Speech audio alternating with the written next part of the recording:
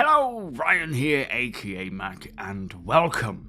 There is so much going on for Star Citizen right now. As always, a huge thank you to all of my patrons and channel members, in particular to my latest channel member, Snake Lane. Thank you so much for the support, it is truly appreciated.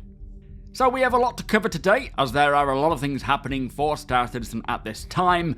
Also, don't forget you have about 4 or 5 days left now for the TOBII Eye Tracker 5 sale. It is currently 20% off, and this sale will be ending soon, but don't worry, there will be more sales throughout the year, and I'll be sure to let you all know about them. But if you are interested in picking one up, now is a great time to do so, and following that link below will take you to that deal, but it will also directly provide my channel with a kickback. So thank you so much in advance if you choose to do so, or if you have done so. Now, firstly, let's quickly talk about the roadmap, as there was a couple of changes with the roadmap update yesterday, but one of them is very good news.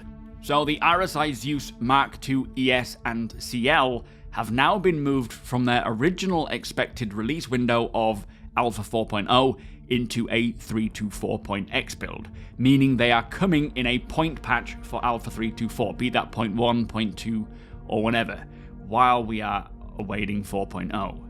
Now, this change is most likely due to them wanting to release them at a certain time in the year, and with 4.0 getting pushed to Q4, they still want the Zeus to come out in the expected window that they wanted, which I am happy for, rather than holding on to them for 4.0, as it just gets them into our hands sooner.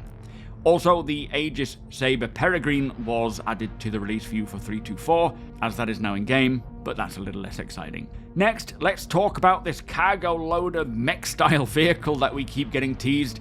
Cloud Imperium have teased us again with it, this time with a little video clip and a statement saying coming soon. Now, with this little clip, to me, I would guess that the arms have tractor beams on them, looking at that little snippet there, to help them compete with things like the tractor beam tools. That is just a guess. We have no idea until we actually get it revealed, but man, do I love the idea of getting into one of these and moving boxes around in my hangar or at landing pads.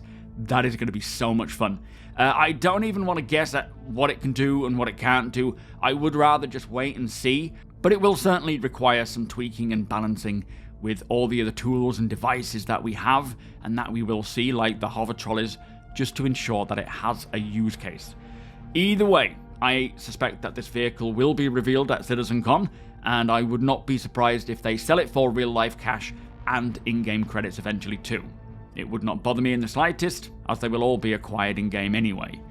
Also, this is just likely going to be the industrial cargo option of this kind of suit.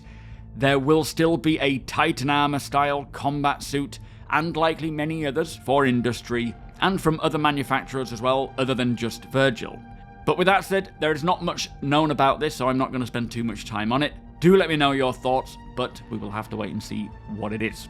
Now next, I'd like to talk about the server meshing and the RMQ tests, or the replication message queuing tests, that Cloud Imperium are working on for the tech preview channel. Now, their aim yesterday was to get a build out to the tech preview channel for all players or backers who want to take part. It is voluntary, you don't have to join in. And this test would be on a 324 build in Stanton only, in which they have disabled all the missions, as not all of them are working properly with 4.0 yet, because I think a lot of them are being converted for server meshing. And as we heard yesterday, they are planning on having each server hold up to 800 players, with them saying we may go up to 1,024 players just for funsies.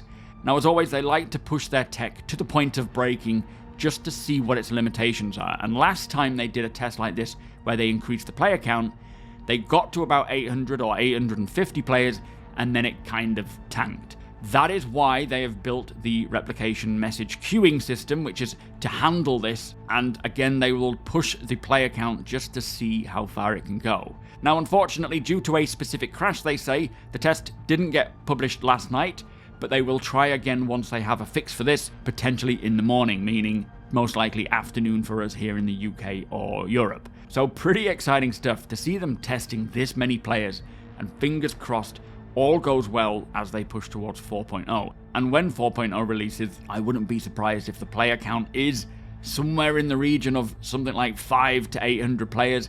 I suppose this test will determine that. Now, what is great to see is that they have immediately gotten on with testing 4.0 after releasing 3.2.4 to live, and I really hope that it all goes smoothly.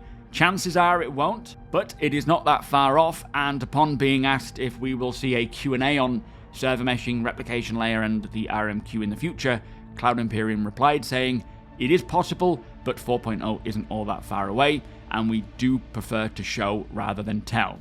So Cloud Imperium are sounding very confident with 4.0 releasing soon, and I don't think we're too far off from seeing it go to the PTU now. Now finally, let us talk about Alpha 3.2.4, as there was a new patch released yesterday early in the morning with some hangar ASOP fixes, commodity trading fixes, more 30,009 disconnect error fixes, and a medical vehicle hangar issue as well.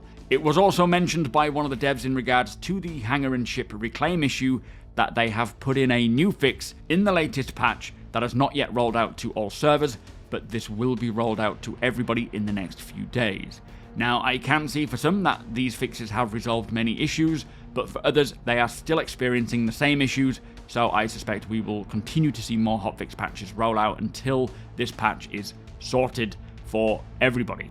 Now, a quick update from me. I won't be streaming today as I will be trying to get a head start on these monthly reports. They have just dropped now for the PU and Squadron, but it is really starting to kick off big time with 4.0 on the way. Big player capacity tests on the Tech Preview channel, hopefully coming today. CitizenCon is almost a month away with some big reveals, I feel. Squadron, 4.0, mech suits. There's so much going on.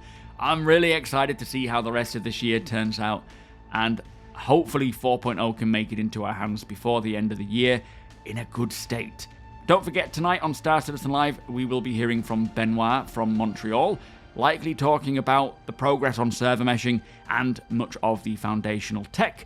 But with that said, it is my birthday on the 17th of September, so in celebration of me turning 21 again, I would love it if we could get to 70,000 subscribers, so please do consider hitting that subscribe button and helping the channel to grow.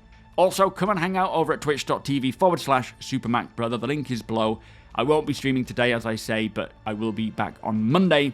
Hit the thumbs up if you don't mind, does the channel a big favour. Tick that notification bell if you would like to be notified when my videos go live. Make sure you take advantage of that TOBII deal while it is there. Big thank you to my patrons and channel members. Thank you for watching, and I'll see you in the next one.